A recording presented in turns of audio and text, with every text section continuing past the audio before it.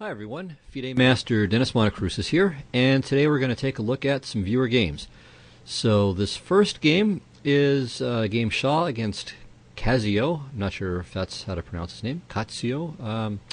Anyway, he's the one who submitted it, the player with black, and this was a slow game. Both players are experts, and it's actually a very interesting game. We'll take a quick look through the whole thing, and I think there'll be more of a focus on the ending here. So since he had black, let's look at it from his point of view. Okay, so we end up fairly quickly reaching a variation of the Tarash that's considered to be pretty decent for black. Here the usual move approved by theory is knight to e4, and then on knight c3 to play bishop f6, and then after knight a4 there's both rook to e8 and b6. Quite a lot of complications here, but last time I checked it seemed that black was doing quite well in them. So always had enough of a resource to achieve equality. So rook e8 was what was played in the game, and this seems to be just fine as well. Okay, knight c3. Here, knight to e4 isn't good anymore, or at least that plan isn't so good, because here after knight e4, all right, if bishop takes b2, then knight to d6 gives white a clear advantage. While if d takes e4, then swap, and knight to d4. And black has to prove, I think, full compensation for the pawn. So he's got some, but maybe not enough. Okay, so knight e4 I think is a move too late now. Bishop to g4 is also okay. Let's say takes, rook c1, bishop f8. This is certainly alright. And what Kazio did was fine too. He played c takes d4. Now, probably white maybe should just play the standard knight takes d4, because this knight on c3, I mean, it may go to a4 and c5 in some cases. So I don't think that this knight b5, knight b takes d4 approach is really necessary. It's a bit passive. I mean, it's very solid, but white's trying to achieve an edge here, not trying to make sure he doesn't get mated. Okay, black played knight to e4. Queen b6 I think is also just fine. This position, I mean, black's pieces all are on very good squares. The difference is after knight e4, I mean, we reach the same kind of position here, and black is maybe even a little bit better in this case, but probably rook to c1 is maybe a small improvement for white. Anyway, it's all pretty small potatoes here, one way or another. So black is doing just great in any case. Okay, so here black commits to a very interesting exchanging combination. He could play bishop to d7 and keep the tension, and this is actually kind of a standard idea in the Tarash. White plays h3 and some variations, and black retreats back along the original diagonal, trying to say that, okay, the h3 is more of a detriment in a number of ways. I mean, one is that there are lines where white could play bishop takes d5 later on, but black will have bishop takes h3. And of course, it's also a detriment in the way that we see in the game. Namely, it's undermining this g3, f2, e3 pawn triangle. So in the game, black played knight takes d4. Okay, takes, hg, bishop e3. Okay, so this is the fun stuff that creates a nice imbalance. Here, white should play rook f2, and on queen e3 play knight to d4, and this position is about equal. White has bishop for 3 pawns. The pawns aren't that serious yet, but okay, white's king's position is pretty open too, and black's pieces are all in good squares. So if anyone's a little bit better, maybe it's black, but white should be all right. All right, in the game though, white played rook to e1, and this I think is a mistake. After rook takes e3, which is what happened, king h2, and now the very nice move knight to e2, threatening queen h6 check, which would just win right away.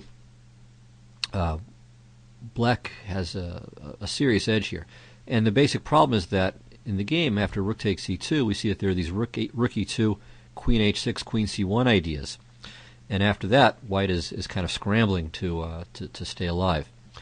All right, the rook e2, queen h6 idea is correct, but it's a good question which way is the right way, and probably it was a little bit better for black to check first. This forces king g3 because, well, king g3 is better, because if king g1, then after rook e2, queen e2, queen c1 comes with check. So better not to give him that free check. The king is okay on g3. So takes here, and then after queen e7, white probably has enough counterplay to avoid the worst trouble, but still black is better here. Alright, after rook e2, queen e2, queen h6, white found a nice move here, knight h4. I have to say, overall this game was played very well. I mean, some inaccuracies here and there, but for quite a complicated game, it was played, I think, exceptionally well. Okay, so queen takes c1, and now knight f5. So white still gets some pretty decent counterplay here, and I think is a little bit better off in this position than he was in this position. But in both cases, black is better, but white is in the game. Okay, check. Here it was best to play king h3, again avoiding the back rank, because black has to keep using these back rank checks to gain time and to improve his position. So king h1, not a blunder by any means, but slightly inaccurate. Now, here's a very interesting idea that is, I think, quite easy to not even consider, but seems to be strong, and that's playing d4. Just giving up the pawn, but doing so in order to really let the rook into the game, to give this guy some breathing room. So knight takes d4, queen c1, bishop f1, queen f4, and now the white pieces are tied down a bit, and the rook is ready to jump into d8 and go to exciting places after that. So this, I think, would have given black a serious edge. Alright, so queen c1 check, king h2, queen c7, okay, again, king h3, again, d4 should be played, but black played king f8, which certainly makes sense, aiming to play rook e8 to get the rook active finally. Alright, so queen d2, queen c5 check, king f1, rook c8, and sure enough, white ends up getting the d-pawn anyway, and black does it to reach this ending. And this is a very interesting ending. Often two minor pieces are even enough for rook and a couple of pawns, but it doesn't seem to be the case here. I mean, black is definitely has good winning chances here. Okay, king e2. Now here, black has an interesting decision, and I'm not sure what the best answer to it is. If you want to prevent your opponent from having counterplay, the way to go is rook c2 check, and then you take. So you exchange this pair of pawns, and then it's going to be basically almost impossible for white to gain any counterplay on the queen side. So you can make the rest of the game just about your kingside majority. So this is not a bad approach. It's definitely very safety first, and it might even be best. I'm not sure. Okay, in the game, black played b6, which keeps both pairs of pawns on. Again, the potential drawback of this is that white can get more queenside counterplay with both pawns and both black pawns as targets, but it's not so easy. Okay, so far nothing too dramatic to be said. And okay, here comes black. So white's knight has gone on a little fishing trip, and maybe it was a good idea from that standpoint. So you hold these pawns out as bait, and if white goes a little too eager, gets a little too excited about the prospects of counterplay, then the kingside pawns roll. So maybe it was good just from a trappy perspective. Okay, white swapped, and now white chickened out of the logical continuation of his plan with knight to c8. Okay, so let's see what can happen here. h4, knight b6, h3, bishop d5, h2, knight c4. Okay, and here I think best is rook to g5. So we keep the a5 pawn on for a moment longer. Although maybe you can play h1 queen. I'm not sure how much there is to be gained by delaying. Maybe we can get one free move with the king first. All right, so I'm not sure about the proper assessment of this ending. So some variations I can show: bishop to h1, king e7, king f3, rook g1. Bishop g2, queen, take, knight a5, and king e6. And problem for white is that this b3 pawn drops off pretty easily in a lot of variations. For instance, if knight c4 or knight c6, then, well, actually, maybe you can get away with knight to c6. not positive.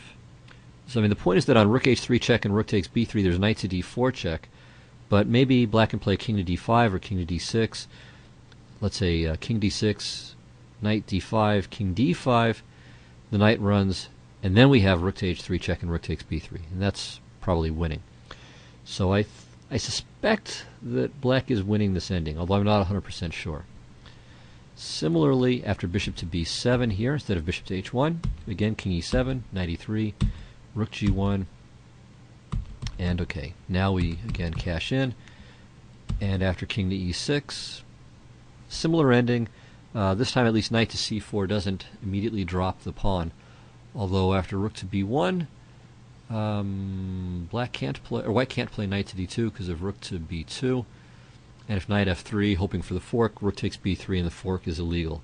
I guess I should show this rather than just rattling off this line, so excuse me for doing that. Okay, so if knight a5, white hasn't made any progress, obviously, and black plays king e5 or f5 and starts pushing his pawn. And so the thing I was saying is if knight to d2, rook to b2, and you can't protect the knight, and the only half trick is rook takes, or knight f3, but because the knight's pinned, there's no knight to d4 check. Anyway, this, I'm sure, white is losing.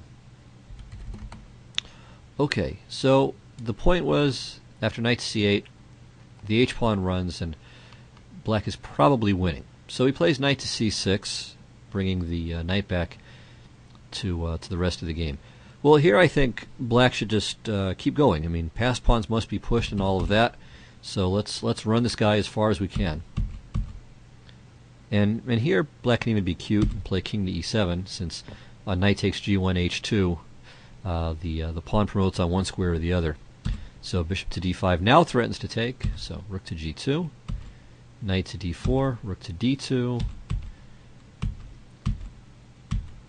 and you end up in a lot of lines with positions kind of like this, where everybody is just holding on to one thing or the other. The bishop on d5 is actually overloaded because it has to protect not h1, though h1 is important too. Well, obviously it's protecting b3, it protects h1, but really the key square is not so much h1 but g2, because well, after king d6, bishop c4, rook f2, then rook to g2, and then rook takes g3. So I think running the h-pawn as fast as possible would have been the best way to go. So instead black played rook to g5, and now I think with bishop to e6, white maybe minimizes the damage. I mean, if we can make it tough for the pawn to get to h3 as well, then there's more resistance available. So knight to d8, okay, here maybe rook to g4 check is a little bit better, but okay, king e7, knight e6, again rook to g4 is I think good, because on king f5, here we play rook to g1, we're just driving him further away, and now h4. So we're making some progress here. And the other key point is that if king f3, then there's rook takes c4, and we just win the pawn ending. Okay, so rook to g1, and here, again, white should do what he can to make it tough for the h-pawn to go forward. So knight to d4 with the point h4, knight f5 check. This would I think be best. So it's really important for white not to allow this h-pawn to run up all the way. It seems from what we looked at already that there's both the overload variation and then there's also the rook versus knight variation. And in both cases, white, as I said, is probably losing. So making it easy for the h-pawn to run is not a good idea. Okay, knight c7, and again, just h4. Just get on with it. Push the pawn. Should be winning. Okay, but king to d6 was okay. And here white played knight to e8 check, apparently offered a draw, and black took it. And this, as Casio said in his little introductory paragraph to the game, he thinks this is probably a mistake, and I think he's right. So after knight e8, I think black can win in a couple of ways. So one is just to play king c5, and again, let's start pushing the pawn. And I think that this wins sooner or later. But even better, I think, is just king to e7, knight c7, okay, and now h4, so what we could have had a moment ago. So knight to d5, king d6. Alright, if knight takes b6, it's not even close, just h3 and up goes the pawn. yeah, just to show this, knight b6, h3. Okay, and if bishop to d5, king c5. That should make it really, really easy. So knight f6, h3, knight e4, king c6, knight f2, h2. And now once again we're going to get into one of these overload situations. So bishop to d3 to get the bishop onto the h1a8 diagonal, king c5, bishop b4, king b4, bishop to d5, and we're going to be able to put white in Zugzwang again. King c3, okay, king e3, rook f1, and, well, it's a Zugzwang here. So the threat is to play... Oh, I'm sorry, it's tough for white to find some good move here because, well, the bishop can't move because if it goes one way, he hangs the b pawn. If it goes the other way, he gives up the h1 square, so we have rook takes f2. And on knight h1, rook to d1 finishes the job. So it's a lost position for white. Also, after king to d6, if instead of knight to e8 he had played knight to b5 check, well, again we win just by overloading the poor white pieces. So after rook to b2, again b3 is falling, h2 is a threat. So, yep, a very interesting game, but definitely Casio should have kept going and would have been able to hold, or would have been able to win, I think. All right, next game. This is NN, good old NN. No one knows. Nomenisio against King Hunter. All right, so King Hunter was black, and he says this. I was black and afraid in this game of having the pawn on c5 on an open file. I think this is the reason for my position, for getting my position worse. And maybe e6 was fine. And then he says that he thinks in the endgame he should have drawn if he had played more accurately in time trouble. And we'll have a look. Okay, so let's kind of zip through the opening moves here. And this is the position where he felt that e6 was best. And I think e6 is certainly a very normal, natural move. You know, you can get these hanging pawns, but this is a very good hanging pawn position for black. I mean, he shouldn't have any trouble. Put the knight on d7, the rooks go to the c and d files if nowhere else. Maybe the e file is okay too. Play a5, a4 as well. Really no problems. Okay, another idea that's interesting is rook to d8. So you give up this slight weakness, but it looks like black's active pieces are enough compensation for the slight weakness on c5. You know, and it's hard for white to really get much against it. I mean, black will put the rook from a8 to c8. The white rook is tied down to the a pawn. If he plays a4, then the pawn on b3 becomes weak. Likewise, if he plays a3. So this should be about equal too. I think it's a different approach, but one that seems to be fine for black. In the game, he played bishop to a6, and I think this is actually inaccurate, but not so much because of the c-pawn issue, but because giving up the long diagonal, I think, favors white. But it's still not a big deal. Okay, so knight e5, white's a little bit better, but not much. Rook to d8, queen c2, knight to d7. And here white should probably keep the tension with rook a to c1. So instead he cashes in. And this isn't bad, I mean, this plan of cashing in, but maybe with bishop to g7, black can keep decent chances for, well, not equality, but good chances to hold the position. So the threat is to play e6, and the idea is that he's getting out of the way of tricky things like knight to e4. So probably bishop to f3 makes sense. Now queen a5, piling up, knight e4, bishop to b7, and okay, the threat now is to take everything, and then a2 will hang at the end of the day. So a4, and now black can just swap things, and this looks really, really hard to beat. Black's control over the dark squares is great. I mean, white's extra pawn is the pawn on b3, but where is that guy going? I don't think it's going to go anywhere ever. So black can play queen to b4 or queen c3, play a5, and just, you know, kind of throw away the key, or even just put the queen on b6. And it's highly unlikely that white is going to win this.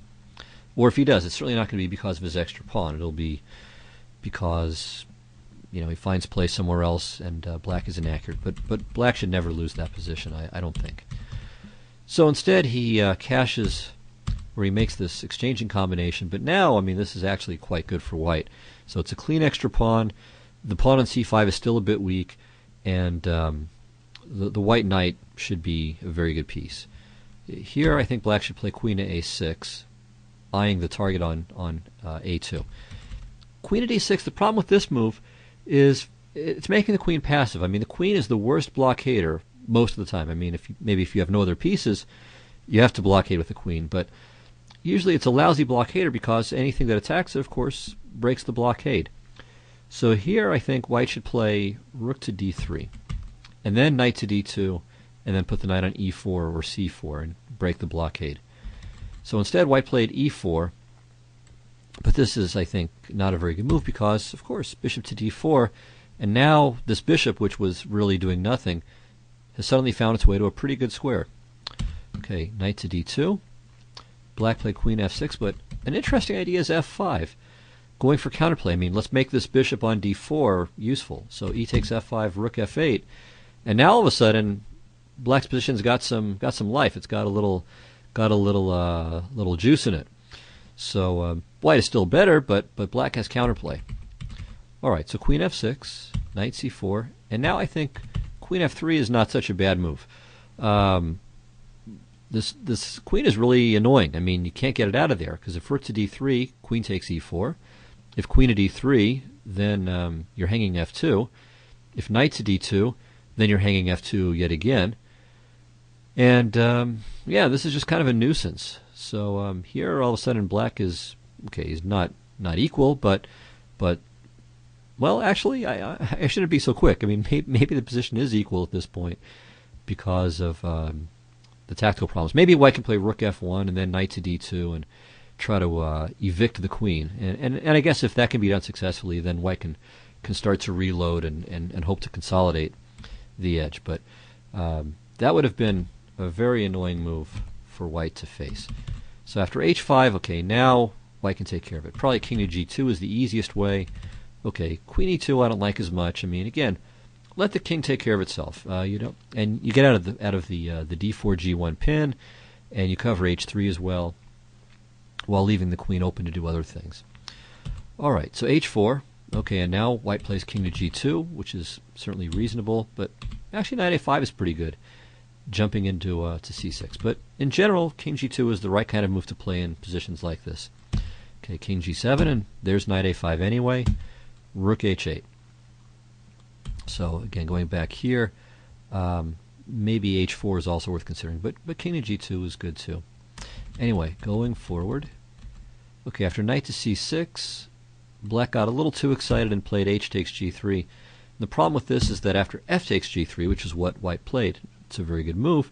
Now all of a sudden white can use the f file while black's kingside play is at an end. So it might have been better to try to keep that tension with the pawn on h4, because sometimes they can go to h3. I mean, you can see if the white queen goes running over to a6 or something, then h3 check, queen f3, and it's a different game. Well, actually, okay, the f pawn would hang too, but you get the idea. Let's say white plays rook to d2 first and then brings the queen out. Well, h3 check would be a problem. Okay, so we zip forward here. Black played queen h6, which decentralizes. Probably better to play queen e5. And then there can be cases where black can play f5 and again drum up some counterplay. All right, for queen h6, simplest I think is just h4, because if g5, white plays e5, and that takes care of any g takes h4 dreams in a pretty conclusive way. So king g1, queen c1, rook d1. Okay, and then here I think white should just play rook to d2 and disregard the offer. Instead he traded queens and of course gives up a pawn. And this I think is maybe not the best idea. All right, here white played king h3. King f3 seems more natural to me. Let's centralize the king. All right, so king h3, rook a2, e5, king f8. And I think I would have to agree with King Hunter that this should be a draw. Let me see. Okay, yeah, a couple of moves from now. Right, all right, so here white played rook to c1, And here King Hunter said, okay, you should have played rook to e2, which I didn't consider. Maybe this is alright too, although it seems a little suspicious. So rook to c8 check, king g7, d6, and you got to take, rook to d2. Yeah, this probably holds as well, although I'm not sure, not so sure about this one. Okay, rook to c6. I don't know. I think White's advantage is still pretty reasonable here. Let's see. King f6, rook a6, king e6, takes, probably rook takes. And now, all right, we can put the rook behind the passer, but this isn't really the best version of it because the black rook is great on b4. All right, let's see. So king to g2, f5. So we don't allow any passer. So maybe we should play g4 first.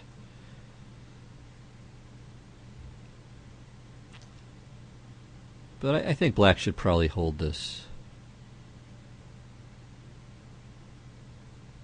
Yeah, because the problem now is, I mean, the king goes running over to the queen side, then, of course, black just gobbles up the pawns over there. So, king g2, f5. Promote this. King f3. King d5. King e3. Rook to g4. Yeah, this shouldn't be too hard for black to hold. So, maybe that's right. Maybe rook to e2 is also good.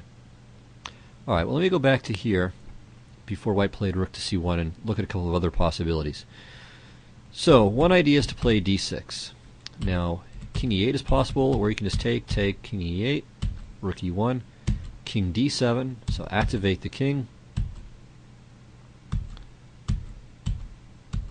And black is probably holding this, maybe even a5, although, yeah, I mean, a5 is okay to possibly, although I'm afraid of rook to b6 check there, but I think this position is should be held by black. Okay, another idea is to play g4. So we try to create a passed h-pawn as fast as possible and hope that we can overtax black's defensive resources. So black has to play very actively here. Rook e2, d6, okay, check, let's drive him back, and now king to e8. And this is kind of a funny variation. I don't think I've seen too many rook endings that get to a position like this, where this poor rook on h7 is kind of locked out of play. White threatens maybe to play rook to d8 here, and maybe that can even lead to a zugzwang at some point. So rook to h8, check. Okay, here, and all right, we end up with some kind of crazy races here, but I think black holds just by giving check and then taking on b3 when white blocks the h-pawn. Alright, that one's kind of a complicated line, but maybe that's white's best tries, to play for g4 and create the two passers. In the game after rook c1, okay, we just saw rook e2 maybe holds, but I think there's some other pretty good moves as well. I mean, I think rook to a5 is fine, and rook to d2. I mean, this would be, to my mind, the most natural of the options, and I think in all of these cases black is holding. Okay, king to e8. Okay, this is a mistake. All right, after this, I think white clearly wins with rook to c8 check, king d7. Or well, okay, no, I shouldn't say that. Rook to f8. I'm not sure that this is winning, but it's certainly good. And all right, rook to f2 is a blunder because of e6 check, or rook takes f7. So the key questions would be, well, what about rook to e2 here? Or maybe rook to d2 or rook to a5. So there's still some definitely some questions to be answered still about this, but rook c8 I think gives white his best chance. After rook c7, okay, again rook to e2. All right, here I think it's definitely drawing. I don't think there's any problem here. Okay, king to d8, a little bit inaccurate. Here, takes, and now I think king e8 should be played, and the outcome is still unclear. I mean, it's probably still a draw, I think. Okay, rook a6, rook f7, rook d6, rook a7. This white must be winning. Rook to b6, but here, okay, white starts to drift. The best move is very simple. King to g4. Okay, and now if rook takes b3, then we play rook to g7. If rook to b6, king g5. And black is not going to get out of this one pawn down. It's going to be 2 pawns down, and it's easy. So finally, okay, if check here, okay, you can do anything. King h5 is simpler, king h6 or king h7. Okay, so rook f7 is kind of pointless. King e8. Now, yeah, I mean, this rook f7 is just a bad move. Maybe still winning, but really this didn't make any sense. Okay, maybe rook to f4 is slightly more accurate now, just to get the b pawn a little bit more advanced, because if rook takes b3, then rook f6, g5, h5 is an easy win. So here black has to play king e7, and now b4. So it's a little bit of progress compared to the game. So rook b3, and the pawn is stuck one rank further back. Alright, king e7. Here white should play king g4, so let's get the king activated. So g4 I think is a poor move. And here, okay, rook to b5 is maybe the last chance to hold on and not make it easy. But, okay, after king e6, now it's very easy. h5, so white creates the second passed pawn. The black king is cut off, and it's not difficult at this point.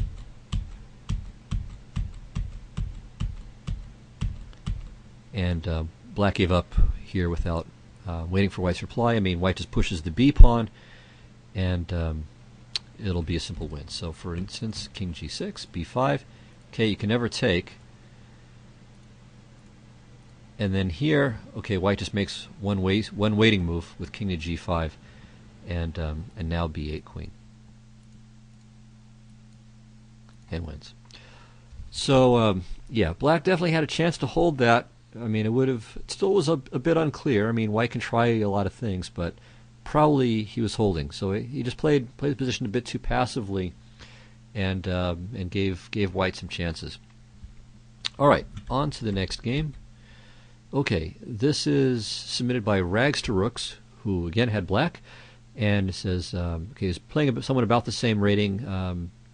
Black was rated 166 on the BCF scale, which I'm not sure exactly. I think it's around 2,000, and his opponent was 169. And okay, so he won this game. He was happy with his effort, although points out one error in the ending. Although actually, I think it wasn't so serious. I think the more interesting points come earlier. Okay, and he was proud of the effort because his win allowed his team to save the match and draw it. All right, so this is Branko Pribonic against Raghav Ramesh. And I don't really want to say too much about this opening, except to say that f5 I think is dubious because it allows d5 as Rags to Rooks played. So this gives black already probably a slight advantage actually. So f5 is premature. The bishop on f1 is definitely not happy with what's going on. So black is fine. There's no real danger of some kind of kingside pawn storm. Okay, that said, it's not a big advantage, just a little advantage. All right, here I would prefer bishop to b4 rather than taking straight away on e4. So I want to keep some flexibility in the position. All right, so de, okay, takes, bishop to b4. And all right, this position, I'm not sure that black is better anymore. I mean, now, you know, I think with this quick queen trade, there's really not enough open pipeline, let's say, for black to have much of anything. So he's not worse, but not really better anymore. Okay, but here after knight takes d4, now he's better again. So this I think is a clear mistake. So takes, and then white should play knight to d5 here, and then it's still maybe just a little bit worse.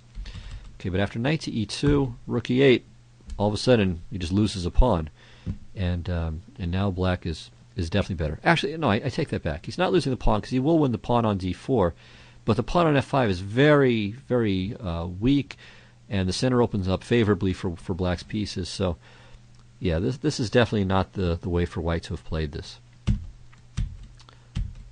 Okay, maybe bishop to d7 is a little bit better here, but okay, takes, rook takes. Yeah, I don't really like activating the white rook with gain of time at that.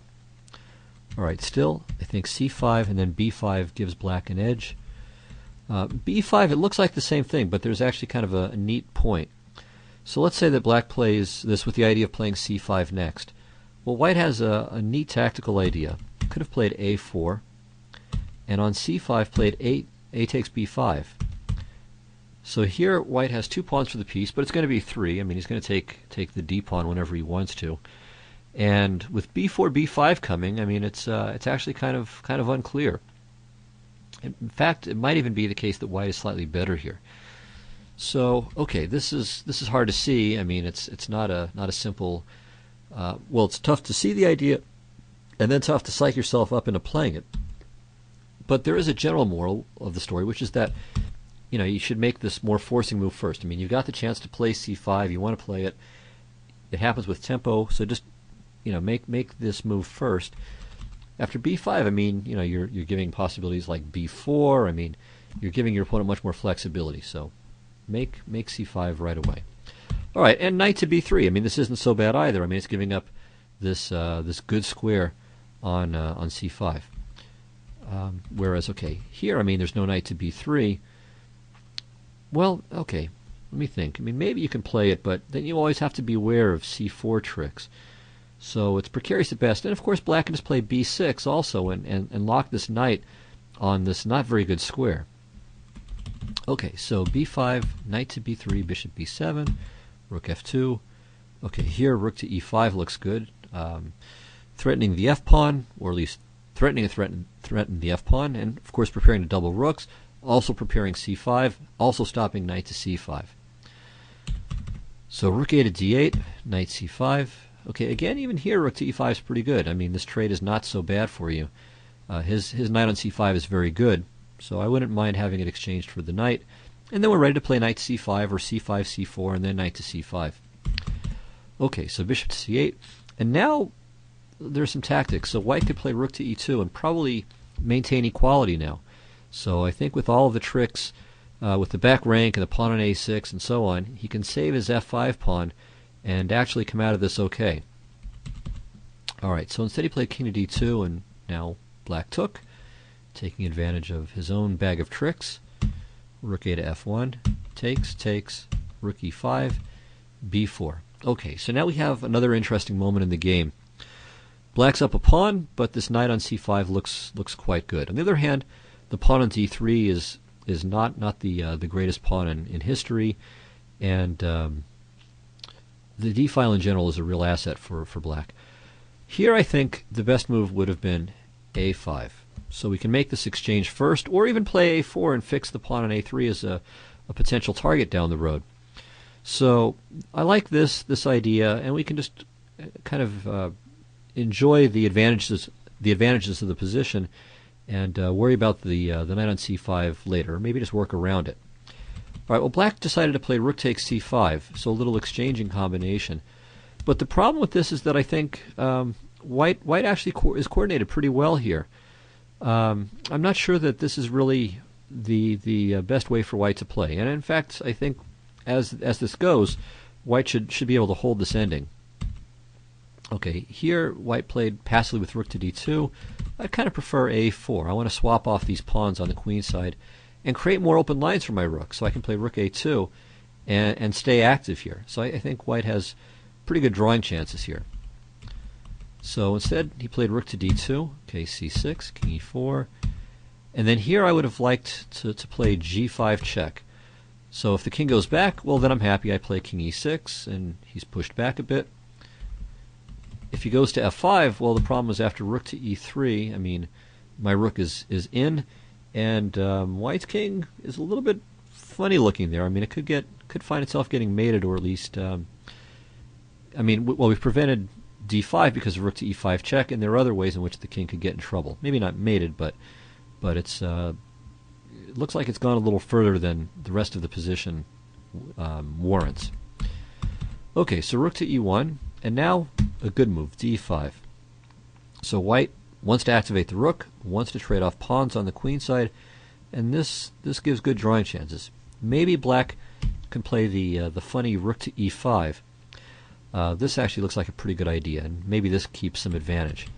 But after cd, rook d5, I think objectively this is probably a draw now. Rook c1, check here, rook a7, rook c4, and now white makes a very nice move, king e3. So the point is that if black goes chasing the second pawn, white is maybe even better here, maybe even winning. Okay, I'm not positive, but could be a win here. And now the king just comes up, and this position I think is winning. So maybe black has some really clever, resourceful way to hold the draw a couple of moves before, but certainly that's the best he's going to do. So black rightly rejected rook c3 and took on c5. After rook a6, I think this is just a draw. Maybe black can find something, some way to arrange the kingside pawns favorably. But in the game, okay, played rook to c2, king f3 was good, rook a2, okay, rook a5, h5, and now, all right, from here, white just completely loses the thread. Needs a refresher course on basic rook endings, which sounds a little bit nasty, but really, I mean, this is a game that he should have held. So h4. So this is one of the kind of standard basic one-on-one kind of rules that everyone should know.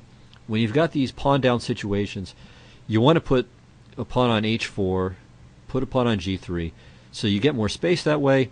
Well, it does several things. So first of all, you get more space. Your king doesn't get cramped, because if the king gets very cramped, you run out of space, you can end up losing those endings, even the 3-on-2 with all the pawns on one side.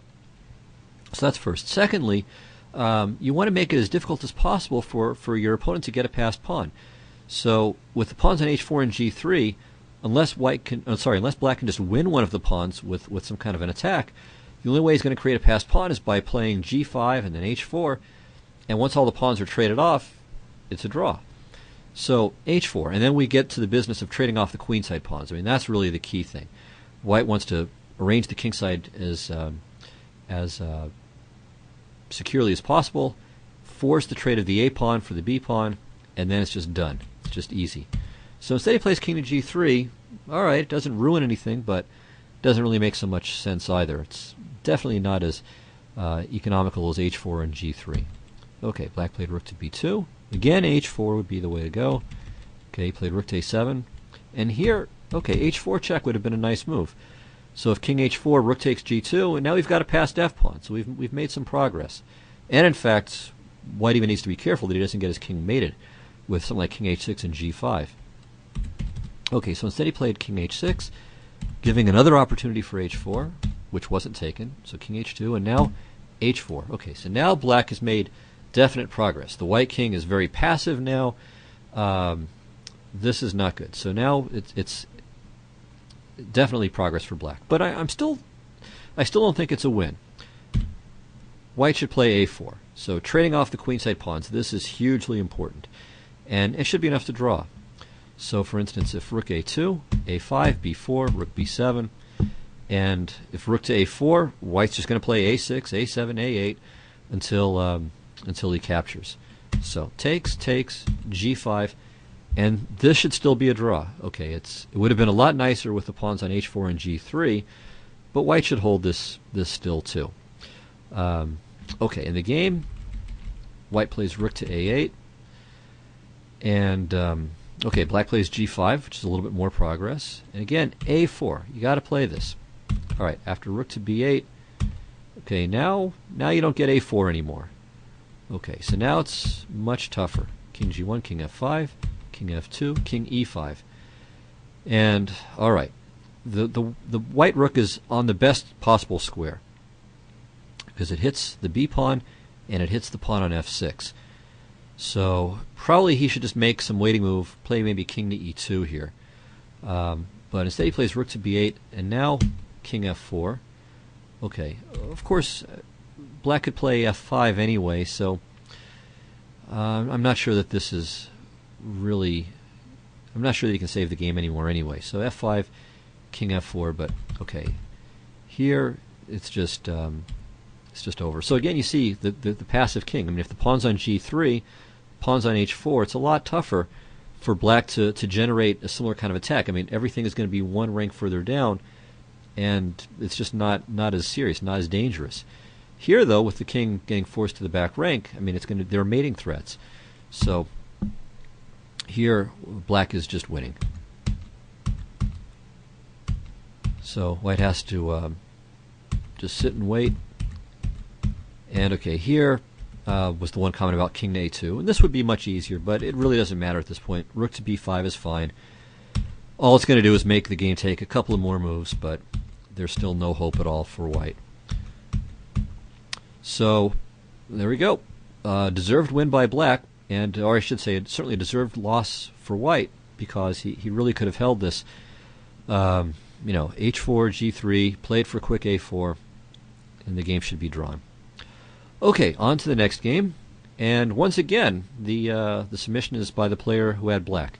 So this is submitted by George Hollins, who is playing against Stephen Giddens, an FM who's, I think, better known as a translator of a lot of Russian material. Okay, so here's what Hollins has to say. So he says, later on about bishop sack on move 31, he says, "This was completely rubbish. I thought I was doing fine earlier in the game, just trying to hold the draw against a much higher rated opponent. Your thoughts on this game would be most appreciated, as well as any advice for playing much stronger opposition." And then he also says he's never played b6 against the English before, but thought his best chance would be to get out of book as soon as possible. Okay, all right, and his rating in this game was about 1714. He says right now he's playing, he guesses, around 1850. Anyway, what I want to say about this, okay, let's address the question about what to do against a stronger opponent. And I would offer some bits of advice. So first of all, I think you should play what you know best. So don't play weird stuff unless you like playing weird stuff in general. Generally speaking, I mean, I call it kind of the peekaboo fallacy. So a little kid, a baby closes or puts her hands over her eyes and thinks that you can't see her. Okay, well, no, it's just that you can't see. The person who's closing or putting his hands over his eyes is the one who can't see. The other person can see without any problem.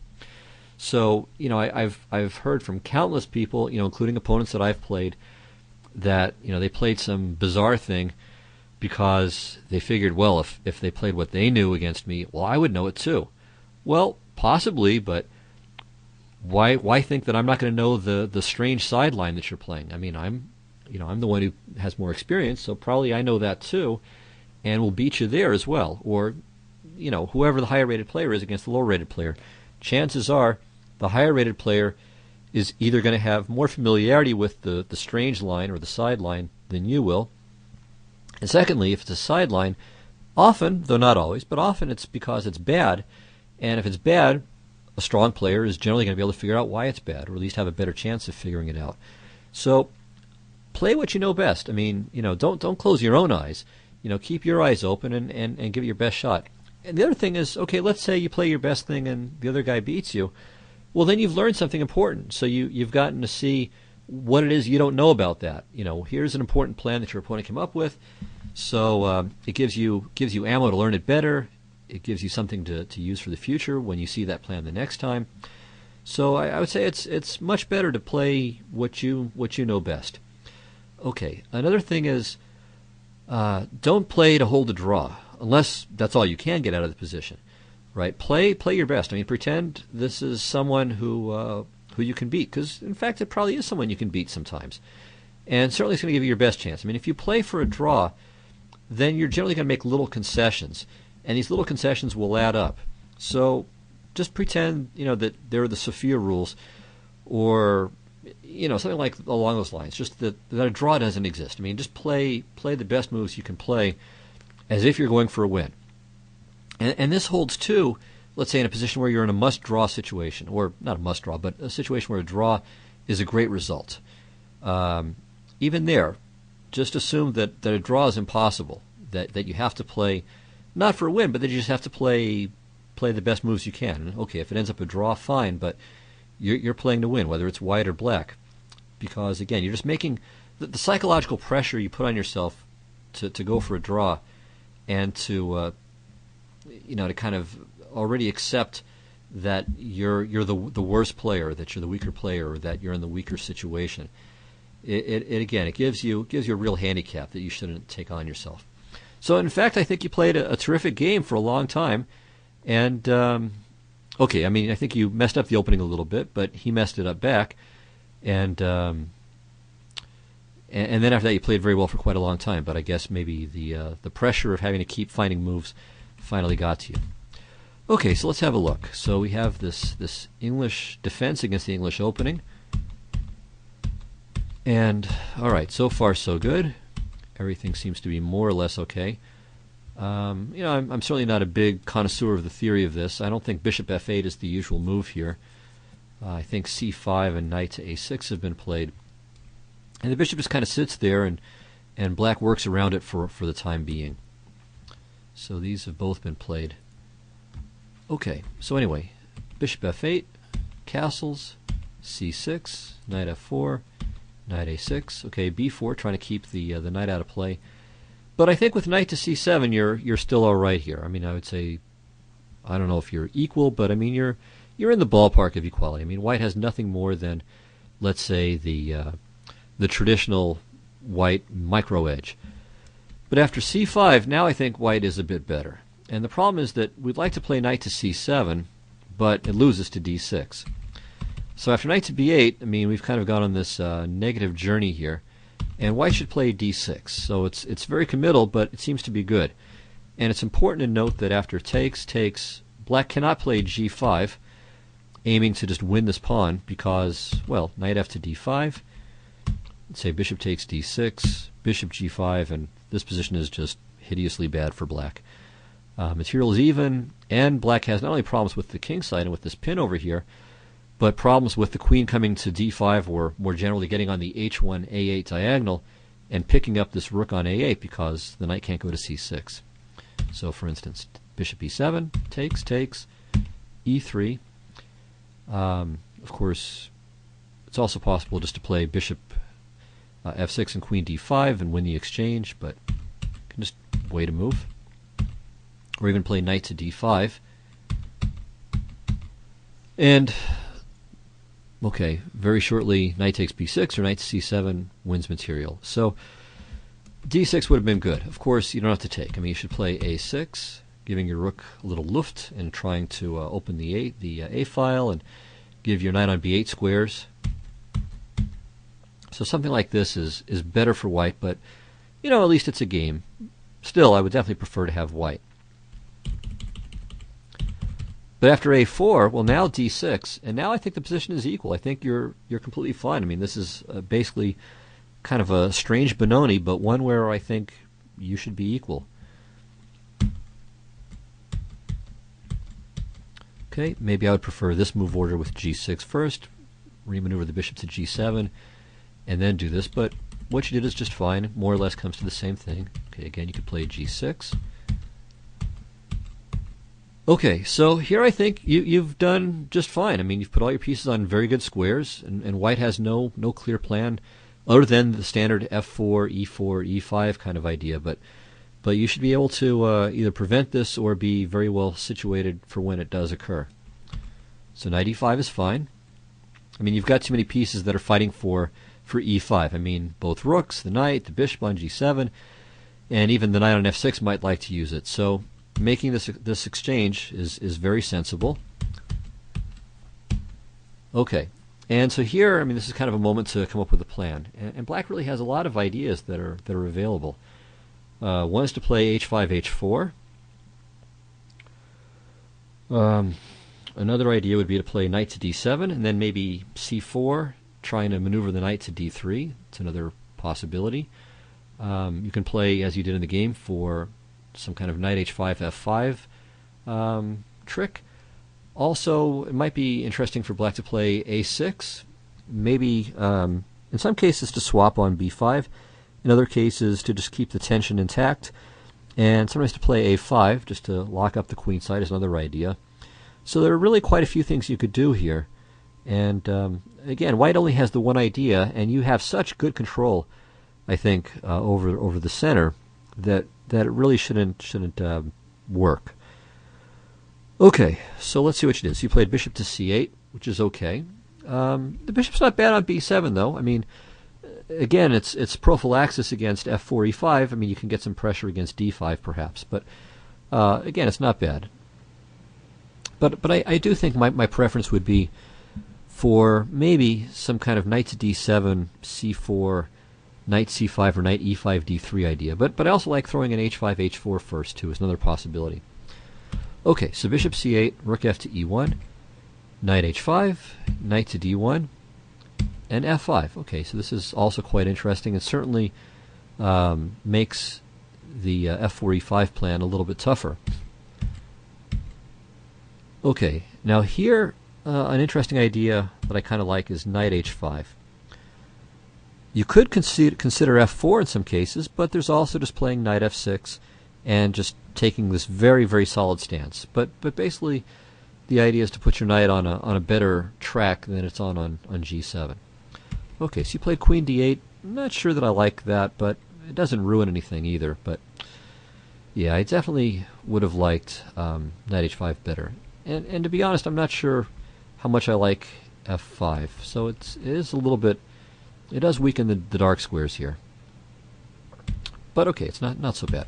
All right, queen d2. Okay, now instead of that, f4 is interesting. But you just save yourself here with bishop f5. So that's the idea. I mean, so he's with knight e4, he's hoping to jump into f6. And then again, threatening to take and play knight f6, but it looks like this just saves the day for you. And despite the weakness of this pawn on h5 and the fact that you have to kind of babysit the pawn on d6, the good news, of course, is that you have this protected passed pawn on c5.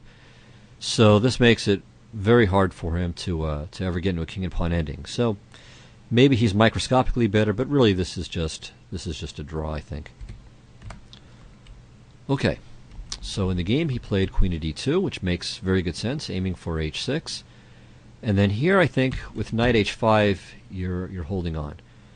Okay, a couple of possibilities. If bishop to f3, then knight f6, and I think you're good. If e takes f5, we make some exchanges. And all right, here, if queen takes e2, you can play bishop takes because on g4 there's knight f4, and you're equal. If he plays knight takes e2, then you have to take with the g-pawn. But I think you're okay here as well. Let's say queen e3, knight f6, bishop f3, and then queen to e8, and you should hold this. So you've got these small weaknesses on the king side, which are slightly inconvenient, but again, that you've got this protected passed pawn in c5 really goes a long way to helping you stay afloat. Okay, in the game you played f takes e4. And after knight takes e4, now white's a little bit better, and you got to be very careful about some of the tactical possibilities here. I think you should play rook to e5, so it covers f6, or at least it keeps the rook protected, and of course the queen's covering f6 now. And if he plays queen h6, then you can equalize with knight f5. Okay, just make sure you don't play rook to h5. This loses to this. And mate. But rook e5, and if queen h6, knight f5, I think you're fine. After rook f7, here he can win with queen h6. So now I think you're probably just losing, because he's threatening knight to g5, and if you play knight to f5, now knight f6 check wins. Okay, fortunately for you, unfortunately for him, he thought he needed to prepare this with g4, so that was kind of lazy on his part. I mean, he saw the idea of playing queen h6, he saw knight f5, and maybe he was in time trouble, or maybe he was just lazy, but he missed knight to f6 check, winning there. So he plays g4. And so yeah, bishop takes g4 is just, it's no good. If you play rook e to f8, queen h6, and then knight to e8, maybe you missed this move, then you hold. So this little clearance maneuver where you free the e8 square for the knight. And remember what I said before about the knight being on a bad track on g7. I mean, it's tough for it to find its way to good squares. And here we kind of see the punishment for that. So this would have held. You're still a little bit worse, but you're still in the game. So bishop takes g4 just seems to me as kind of a panicky move, and after this he wins pretty routinely. So you've got 2 pawns, but only for a move. So it's just 1 pawn, and the rest was just kind of a mopping up operation, and we'll skip that. Okay, so on to the last game. Okay, this game is between good old NN once again and Monokroussos, and they're both about 1900. And Monokroussos submitted this and says the following. It says, I started playing e5 recently, 1e5, and chose the Berlin as my main weapon. Recently I got the chance to play it, and the game was pretty much a disaster. I wanted to play the Berlin to have winning chances in an imbalanced endgame, yet all I got was passive defense and no chances whatsoever. Given the game, it's easy to blame the move 12h5, but I had analyzed this idea with bishop to e7 and h5, but leaving the knight on f5. For example, 13a5 would have transposed to a Shirov-Kramnik game, so the plan appears not to be that bad. Things went downhill as I tried to avoid a variation like 15c5, knight f to g5, bishop e8, e6, and keep a piece on e6, even if it's the rook. After the game, I'm having serious doubts if the Berlin is the right defense for me at the current level. White's game seems so easy. I even saw some improvements for him, and my position always felt passive, not setting the opponent any problems. So, A, do you have any helpful comments on this game? Where did my strategy go astray? And B, do you think a rather passive line like the Berlin is suitable for club players, or should they strive for more active play? As you see, I had a very bad experience and can only see me beating a much weaker opponent in a game like this. All right, well, I suppose I should feel obliged to stand in defense here for the honor of the Berlin, since I think my most watched show ever here on chess videos was where I presented my own maiden voyage in the Berlin, which was very successful, and I think I've sung its praises on other occasions as well. So let me say the following, and we'll have, I think, a lot to say about the game too. So let's start. So the first thing I want to say about this is that I wouldn't really characterize it as passive. I think it's more of a kind of a coiled spring, but a coiled spring of a certain sort. So there are coiled spring lines like the hedgehog, where you definitely have to watch and wait for white to do something before you can blast off with b5 or d5. But I think you can play actually pretty purposefully in the Berlin. I mean, there are some very clear plans where if you achieve what you're after, in other words, there are certain things that black wants to do. So let's start here. So let's get to our basic Berlin wall position. Okay, and then knight to c3. All right. So black has some clear assets here, as I've mentioned before. So you've got the bishop pair. You have good control over the light squares, or at least potentially very good control over the light squares. And that's not just because of the bishop, but because the pawn on e5 has, you could say it's gone a little bit too far. If the pawn were back on e4, then white would be in much better shape, if everything else is the same, and of course the knight on f5 is not hanging. But with the pawn on e5, f5 and d5 become potential outposts for black pieces. And the a8, h1 diagonal can be an asset for the black bishop. The problems for black are the theoretically crippled majority on the queen side, although in fact it rarely turns out that way. Very often this majority can be mobilized and become a clean one. And the other disadvantage that black has is that his king gets in the way of his development. So it's not that his king is going to get mated, but that it kind of interferes with normal developing. But if black can finish his development in a normal way, he can actually gain very good chances, as you can see in the game that I presented long ago. So I don't really view it as a passive opening. I mean, black has less space initially, but for instance, if he can crawl out on the queen side, so you played bishop to d7, I mean, there are these lines where, again, as in the game that I showed you before, where you play king c8, b6, if allowed, c5, bishop c6, king b7, and you start to go forward on the queen side. So there is kind of a counterpunching element to it, but black has clear plans as well. So yeah, there's reaction, there's this kind of sense of timing that's really important, but there's also some very clear ways in which black can make progress and definitely go for the full point. It's not just kind of hoping that white self-destructs. I mean, at one level it is. I mean, but that's true of any opening. I mean, you can only win a game if your opponent makes mistakes. But it isn't purely negative. Black has positive plans as well. So that's the first thing I want to say. Secondly, yeah, I mean, you felt, I think, perhaps a bit uncomfortable, but you know, there are a lot of different plans that black can choose between, and I mean, I would say, you know, choose different ones and see what you can find, what comes most naturally to you. So you could try the plan that I used in my old game that I did the video on, and there are a lot of different plans. I mean, find one that seems to you to be the most interesting. I mean, you can see Carlsen won a very quick game with this in this opening in Vikonsay. I forget. I think it was against Smates in an early round. So there are definitely ways to handle this where you can play for a win. Aronian has won a lot of nice games with this, and there are other great players. Of course, Kramnik a few years ago used to play this regularly and had great results. And he's actually taken it up again, although I don't think he's lost any games with it, but I'm not sure he's won recently with it. But again, he's only played a couple of times recently.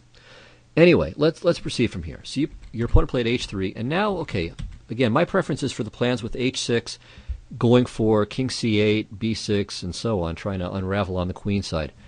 This bishop to e7 plan, it's playable, but it's more common to play this bishop e7, h5 kind of stuff with the king staying on, or sorry, the king's on d8, of course, but with the bishop still back on c8. So this combination of bishop d7 and bishop e7 and h5 is a little unusual. Not unheard of, but seems a little bit funny to me somehow. Okay, so here your opponent played b3, which is played, but rook to d1 I think makes a little more, or I like rook to d1 maybe a little bit more, or also g4. I think this can be played. Knight h4, takes, knight e4, and okay, because you know there's I mean, if the bishop was back on c8, this wouldn't be as big a deal. I mean, you could play b6 and bishop to a6 or bishop to b7. So here, this idea of knight c5, I mean, it's going to cost you some tempi. So rook e8, bishop f4. Okay, maybe f5 is interesting.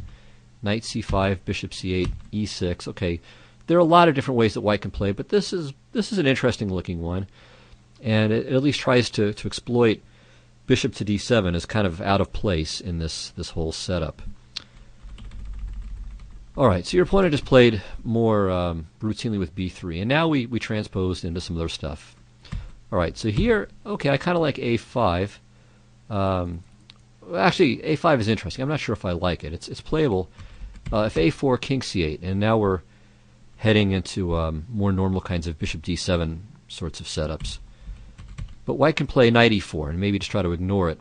And here I'm not sure what's happening. So a4, of course, we should exploit. Try to take advantage of the white's not playing a4. And now one idea, or a very direct kind of approach, is with bishop to g5. Generally speaking, black doesn't mind this and wants to play h6 and then play king takes e7 because, well, hey, then we get to connect the rooks. But here, there's g4. We can't do it. So we'd have to play knight takes e7 here.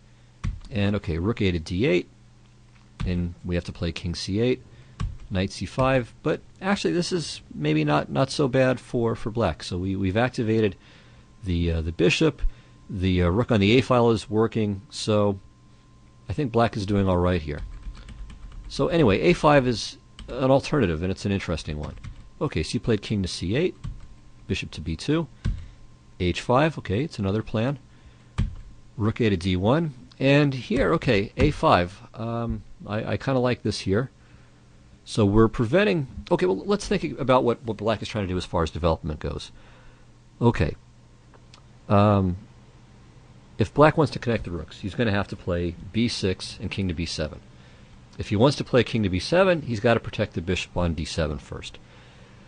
How does he do it? Well, one way is to play bishop to e6. All right, if you play bishop to e6, then there's going to be knight to e4 and knight to g5. That's at least one of the plans, or knight to e2 and knight to f4.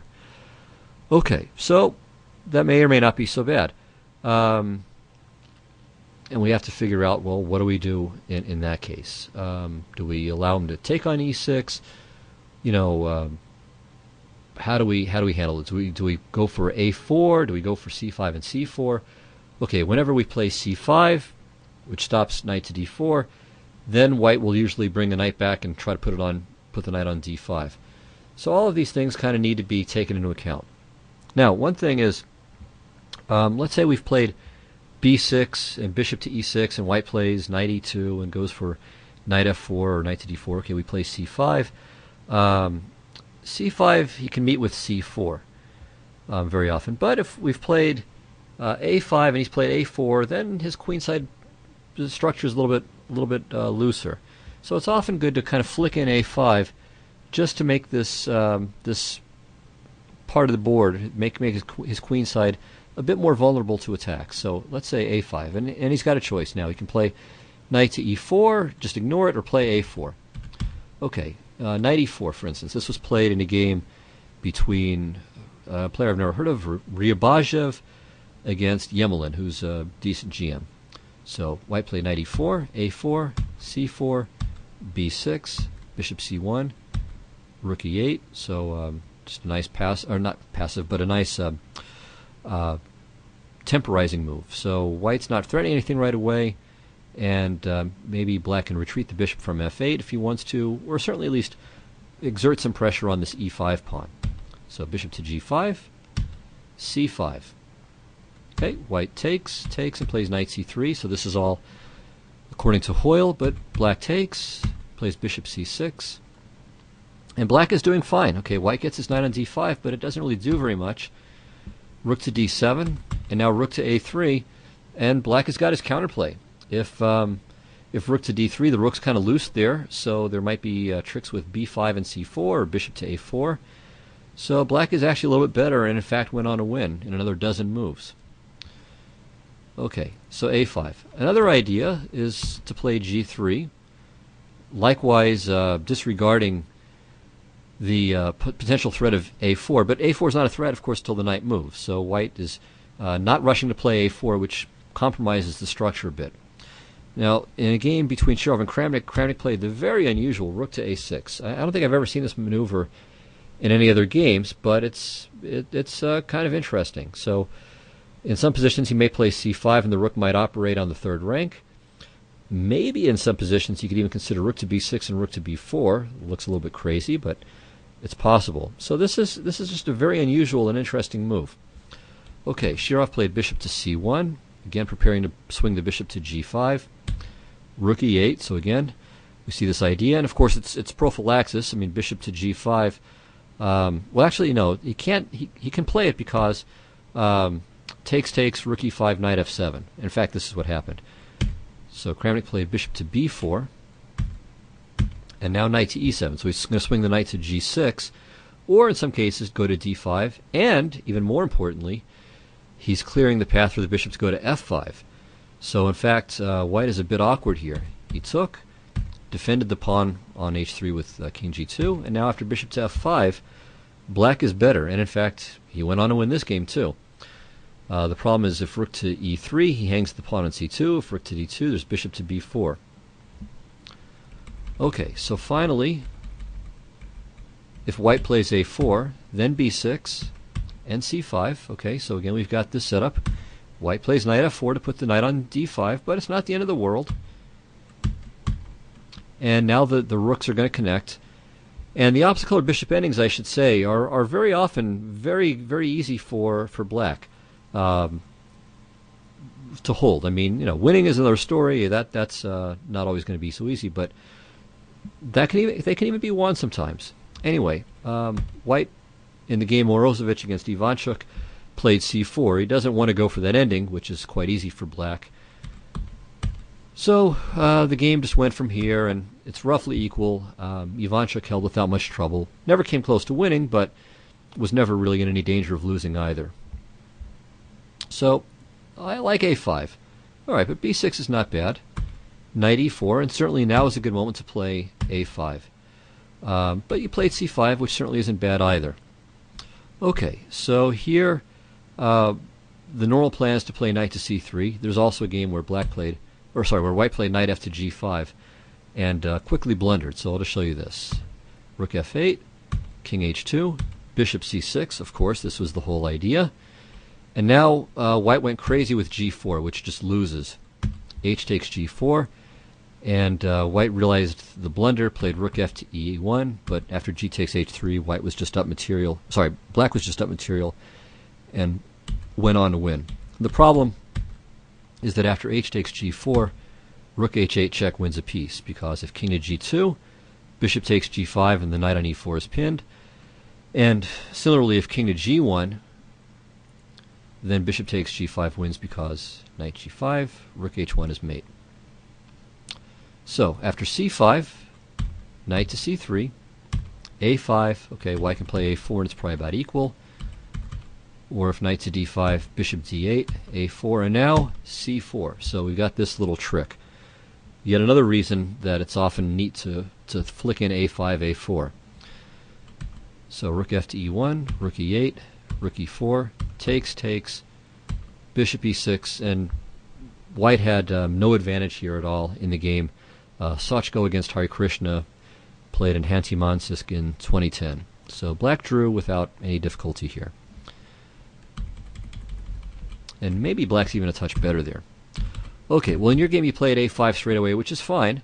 Maybe white can play knight f to g5, but it's no big deal. Okay, white played a4, and here I would have played c5. Okay, so this I think is completely fine. Knight f to g5, as you mentioned. Here you can play rook f8. This is fine, but bishop e8 is good too. And then, okay, here there's a game played between Nagy and Feller in Every in 2009 that black won. But before we get to that, we'll look at e6 because you had mentioned this. And I think black is better here. f6, knight f3, bishop c6. And the point is this pawn on e6 isn't going anywhere. I mean, it's not a middle game. It's not going to serve as an outpost for some attack.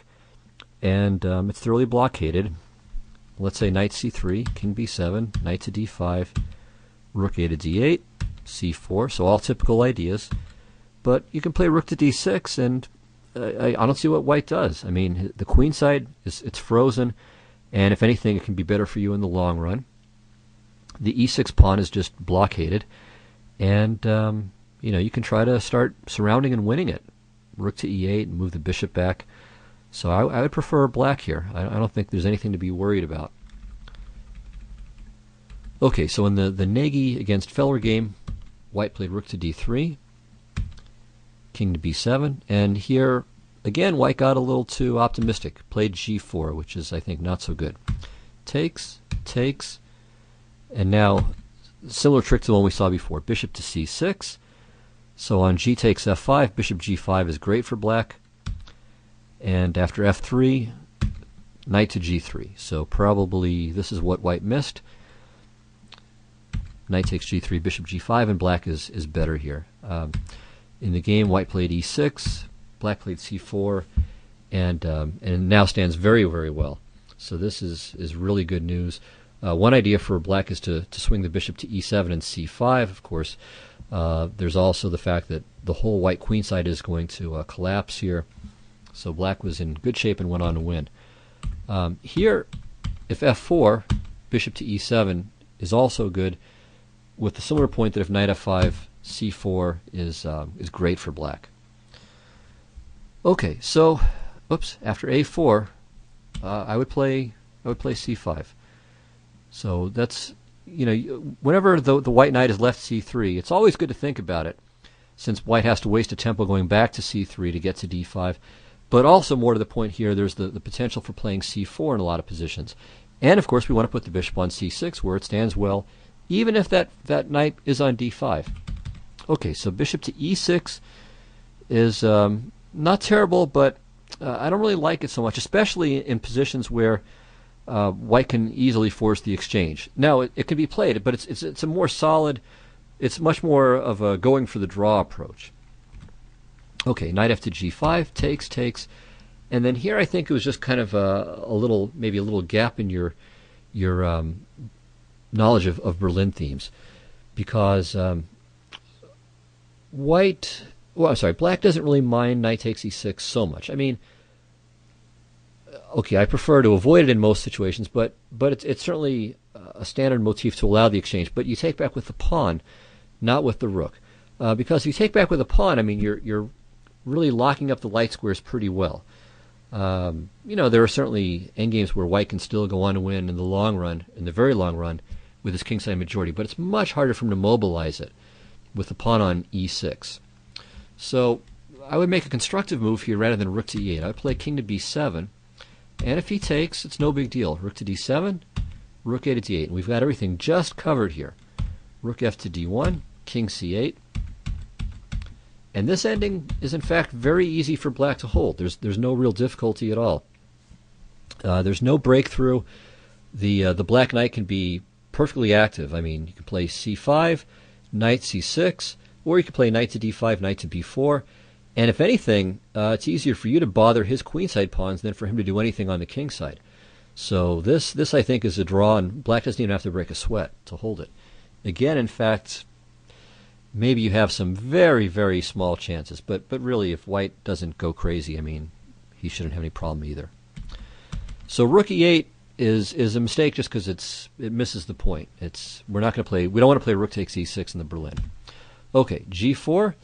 Here it's actually interesting to play knight e7. We don't necessarily want to open up the h file because it's more likely that white can use it than black. Plus the pawn on h3 can be a little bit of a target in some cases. So hg is a little bit cooperative, and even here I'd prefer knight to e7. But of course, you only do this if you'd realize that you want to take back with the f pawn most of the time. And okay, white's a little bit better here, but not much. I think it's still much closer to a draw than anything meaningful for white at this point. So knight h6 takes, and then rook e6 is a mistake. You're not losing, but this makes it much easier for white to mobilize his kingside majority and to get the center rolling. So fe, definitely the way to go. Okay, so rook e6, f3, and okay, I'm not sure I like knight to g8 so much. I mean, we do want to get this knight back into play, but I kind of prefer c5 with the idea of putting the king on c6, and we need the knight on h6 to do this. And here, again, I think black is okay. So knight to g8, king g2, knight e7. Okay, here I think I prefer both rook to f1, or sorry, rook h1, and maybe f4 followed by king to f3 to what he does. So after c4, see this, I mean, he wants to prevent knight to d5, but now I think you get a little bit of a target. So you could very seriously consider the move b5 at this point.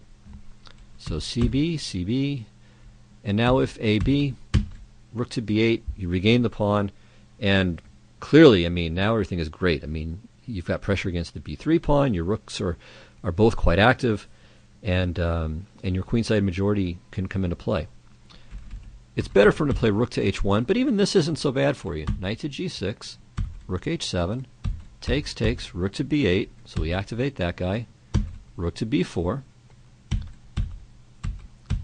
and you've definitely got some counterplay here. I mean, white is better, but it's getting murky. I mean, so you're threatening to check on H2 and take on D2 and take on B2, and his A4 pawn is loose, and your rooks are again very active. Your knight's active, so white's better, but it's definitely quite interesting. Okay, also after C4, it might be good to play knight to G6, and if F4, you just drop back to E7. And then you're covering the 7th rank, so you can play king to b7 next without any worries. And he can't play rook to h1 because he'll drop the f pawn then. So I kind of like your position. And again, maybe b5 at some point could be considered too. Okay, so g5, it's unfortunate. I mean, if you had one more move and you could play knight to g6, this would be great. But he plays f4, and I think he's opening too many lines. I mean, I think now you're in serious danger. After g takes f4, rook f4, knight g6, rook f7. Yeah, now white is just winning. And there's the tactical problem that if knight takes e5, he checks, trades rooks, he pins, and you've got one little trick, but at the end of the trick, this ending is winning, so the g-pawn is going to decide the game. So yeah, at this point you're probably losing. King to b7, and here probably he should play rook to f6 and then g5. I think this is winning. After this move, which looks very natural, I think you've again at least got a little bit of a chance here. You should play rook to c8, so just defend it. And now, okay, king to g3 is interesting. Takes. Certainly you're in a lot of trouble, but maybe you have some chances. Maybe you can go for a little bit counterplay. All right. Also, one interesting move is rook to f5, which is kind of funny. If he checks, then the two pawns should decide. And another funny line. Okay, if rook c to e8, king to g3, and here the exchange is easier. I think winning the single rook ending is easier for white to win than the double rook ending. Anyway, after rook d to d7, you played knight e5, and yeah, now it's pretty straightforward. Okay, probably rook takes c6 is easier than king f3. And then after b5, he could have just forced mate with c5, followed by rook to b7 or rook to b6. There's no really adequate defense to that, just a lot of spite checks. Yeah, there's no I think draw with the crazy rook either. But anyway, what he played is fine. Rook takes c6 check, and yeah, you resigned here because it just ends up several pawns ahead. So anyway, to sum this up, I think you had a good game, but you know it's one of these things where there's a lot of different motifs, a lot of different setups for black, and it takes just a little bit of experience. And you know, look at how the best players have played this. You know, Kramnik, of course, you know, being the founding father of the modern Berlin Wall, but again, some other very good players who are using this as well, and I think you can see that there's a lot of flexibility, and this is the key thing. At a certain point, you start to get a good feeling for all the different motifs that there are, but it's very hard for white. I mean, because black has so many different setups that unless white really becomes a specialist, it's extremely hard for him to really know how to handle all of this. So you'll see a little bit of experience with this. If you don't give up on it, you'll find it's a really a fun opening system to play, and a lot of your opponents will get frustrated trying to figure out how to kind of grasp this thing when there's so much flexibility. Okay, so that will conclude this very long show on viewer games, but I think the games have been very interesting, so hopefully it was worth it. I hope you guys will feel that way. Anyway, that'll do it, so I will see you all next week. Thanks a lot, and so long.